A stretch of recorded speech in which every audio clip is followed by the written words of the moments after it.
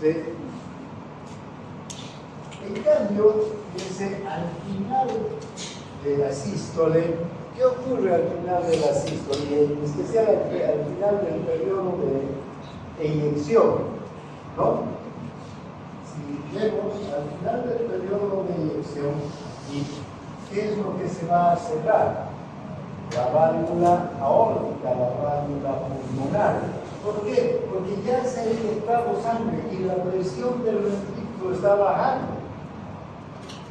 Y se vuelve menor a la presión de la aorta. Entonces la sangre intenta volver desde la aorta. Y esta válvula al final del periodo de eyección está abierta, ¿verdad? Porque está entrando la sangre. Pero termina ya de inyectar y la presión cae. Entonces la sangre intenta volver y arrastra consigo las válvulas de la válvula aórtica. Esta válvula aórtica es muy resistente, hecha para grandes ablaciones, tiene un anillo fibroso que es muy importante, entonces se cierra con fuerza y produce ese segundo ruido, un ruido seco, corto, y a diferente del primer ruido. El primer ruido es más grande, es más largo, más grave, en cambio el segundo ruido es cortito, seco, ¿no? Fuerte. Entonces,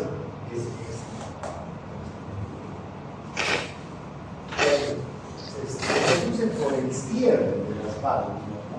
Cada vez que se cierran las válvulas, la presión, cambio de presión se va produciendo, entonces los ruidos cardíacos. Bien. Ahora, ¿qué relación hay entre el ciclo cardíaco y el electrocardiograma? También aquí podemos ver que el electrocardiograma, rápidamente, no necesitamos hablar de todo, la próxima clase vamos a hablar del electrocardiograma, tiene varias ondas, las ondas de despolarización y de repolarización, la onda P, que es la onda de despolarización de la aurícula, se produce antes de la contracción de la aurícula. ¿Verdad? ¿Cuándo se produce la contracción de la aurícula? En el tercer tercio de la diástole. El complejo QRS, que es la despolarización del ventrículo, es necesario para que se contraiga el ventrículo, se produce al final de la diástole y al iniciar el periodo de contracción isovolumétrica, ¿no? Y esta onda T, que es la onda de relajación del ventrículo o de repolarización del ventrículo, se produce al final de la sístole, cuando el ventrículo tiene que relajarse, terminar su contracción para llenarse nuevamente en la próxima diástole. Bien, entonces, para terminar, por esto hemos hablado, repasar lo que es el volumen telediastólico, vean el volumen que está en la diástole, cuando los ventrículos están llenos, 110, 120, 130 ml. El volumen sistólico, que es el volumen que se eyecta, que es de 70.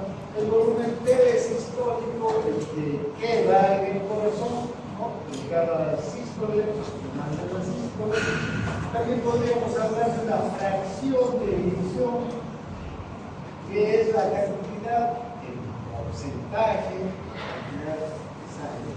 no diríamos cantidad, sino el porcentaje del volumen telediastólico que el corazón eyecta a la circulación, es del 60%. Si el volumen telediastólico es 120, 60%, aproximadamente 70 ml. Todo va a depender del volumen telediastólico, cuánto de sangre hay en un individuo, ¿no? Bien, ya las funciones de las válvulas que acabamos de decir, evitan el flujo retrógrado, se cierran para evitar que la sangre fluya hacia atrás, sino la sangre siempre tiene que fluir en sentido anterógrado, ¿no? Bien. esto ya hemos visto. Y ahora hablaremos de dos conceptos. Uno, la precarga y la poscarga. La precarga es el grado de tensión del músculo cuando comienza a contraerse. Es la presión telediastólica, cuando el ventrículo ya se ha llenado. O también podríamos decir que está relacionado con el volumen del diastole, la cantidad de sangre. Al final de la diastole va a ejercer una presión sobre las paredes del ventrículo. A eso lo vamos a llamar precarga. En cambio, la poscarga es la carga contra la que el músculo ejerce su fuerza contráctil. ¿Cuál es esa poscarga? La presión que está en la arteria aorta, ¿sí? En el caso del ventrículo izquierdo, y la presión que está en la arteria pulmonar, en el caso del ventrículo derecho. Contra esa presión el ventrículo tiene que ejercer una fuerza para poder abrir la válvula. Si aumenta la presión en una persona con hipertensión, por ejemplo, la va a aumentar la poscarga, porque un hipertenso ya no va a tener 120-80 milímetros de mercurio de presión, va a tener 170-110, por decir. Para abrir una presión, una válvula contra una presión de 110, el ventrículo se tiene que esforzar más. Por eso, durante personas que tienen hipertensión durante mucho tiempo y no se controla la hipertensión, el corazón va a terminar agotándose y puede terminar en un infarto cardíaco, un paro cardíaco, ¿no? Eso es seguro. Si el hipertenso no se cuida, no se medica, no vuelve la presión a la normalidad.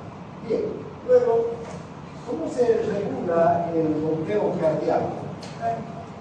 Nosotros, cuando estamos en reposo, vamos a inyectar hacia la circulación cuando 70 ml, pero si necesitamos correr, subir gradas, tenemos necesidad de mayor cantidad de sangre de inyectar hacia la circulación. Entonces, aquí el corazón tiene que adaptarse. Ahora ya el corazón tiene que tener cambios. Y hay dos mecanismos de regulación. Hay una regulación intrínseca y una regulación extrínseca. Porque nuestro corazón ahorita bombea 70 ml hacia la circulación de ustedes, pero si corren puede aumentar hasta 120 ml. ¿De dónde saca sangre el corazón para aumentar en cada sístole a 120 ml? O a 100 ml, 120 un atleta muy bien entrenado. Ustedes que son jóvenes, sanos, pueden tratar fácilmente bombear 100 ml. ¿De dónde va a sacar el corazón? Entonces, el corazón es un mecanismo de regulación. Estos mecanismos de regulación son dos, uno intrínseco y otro extrínseco. Uno es intrínseco, es el propio corazón que se adapta a cambios, y otro es extrínseco por el sistema nervioso autónomo. Bien, rápidamente diremos que el mecanismo de regulación intrínseca se debe a este mecanismo de Frank-Starling. Y Starling eran los fisiólogos que estudiaron como el corazón cuando hay necesidad de bombear mayor cantidad de sangre hacia la circulación. Lo que pasa es que llega mayor cantidad de sangre también desde las venas al corazón. Y este corazón que antes, y la aurícula en especial, que antes recibía 70, cuando estamos en reposo, es capaz de recibir 90 o 100 y pasar al ventrículo. Y el ventrículo, fíjense, va a recibir 90 más 50 que tenía, ¿cuánto va a ser? 140 ml. ¿No es verdad? Que va a hacer mayor cantidad de sangre que llega al ventrículo. Y el ventrículo tiene la capacidad de estirarse, adaptarse a ese volumen mayor de sangre que está llegando. Entonces recibe ese volumen mayor de sangre, pero al mismo tiempo, como se estira, va a contraerse con más fuerza también y va a ser capaz de inyectar toda la sangre que le ha llegado, ¿no? esa sangre que está retenida entonces por el retorno venoso puede aumentar. Y al aumentar va a hacer que el ventrículo se distienda, se estire. Y al estirarse más, el ventrículo se va a contraer con más fuerza. Es como una goma. Ustedes estiran un poquito la goma y la sueltan. Cuando se contraiga la goma no va a ser muy fuerte. Estirenla mucho y suéltenla, ¿no? Así es el mecanismo de Planck-Starr. Entonces, usted dice que el mecanismo de Starr es la capacidad intrínseca de adaptarse a volúmenes crecientes del flujo sanguíneo del retorno. Cuanto más se distiende el corazón, el músculo cardíaco y el ventrículo en este caso, durante el llenado, con mayor fuerza se va a contraer. Es eso lo que dice el mecanismo de Planck-Starr. Y finalmente está la regulación nerviosa del corazón. El corazón se regula por los nervios autónomos. Han debido notar que cuando corren, ¿qué es lo que ocurre? El corazón empieza a latir más fuerte, ¿no? ¿Verdad? Más rápido. Entonces, ¿quién va a regular eso? El sistema simpático. Estas son las cadenas preganglionares del simpático que están inervando el corazón.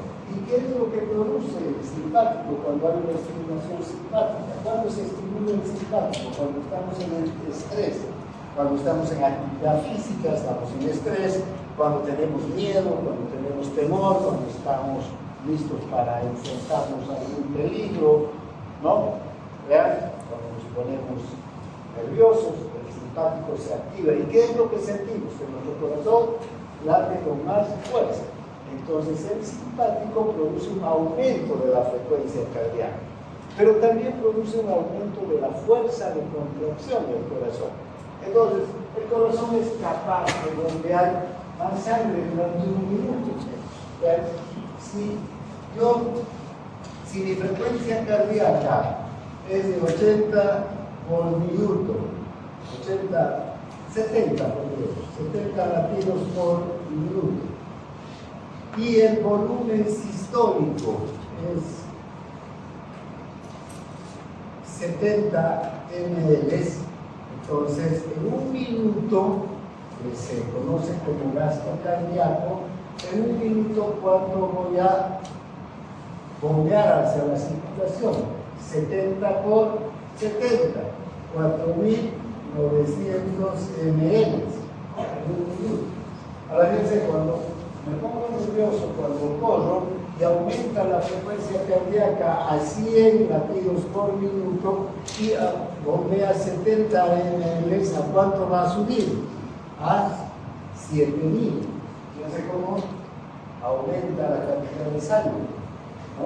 Y si encima el mecanismo de Planck-Starr y el propio corazón hace que aumente esta cantidad, ya no sea solo 70, sino 100 latidos por minuto, por 100 ml, por decir, ¿cuánto va a bombear el corazón hacia nuestra circulación?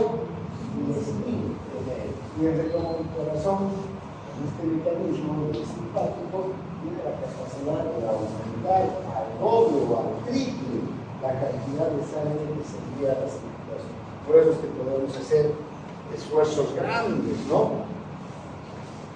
Y de los atletas, después vamos a ver cuando veamos el circulatorio, esto puede llegar hasta 18, 20 litros, ¿no? Un atleta bien entrenado, porque su corazón también está entrenado para mejorar la sangre, ¿sí?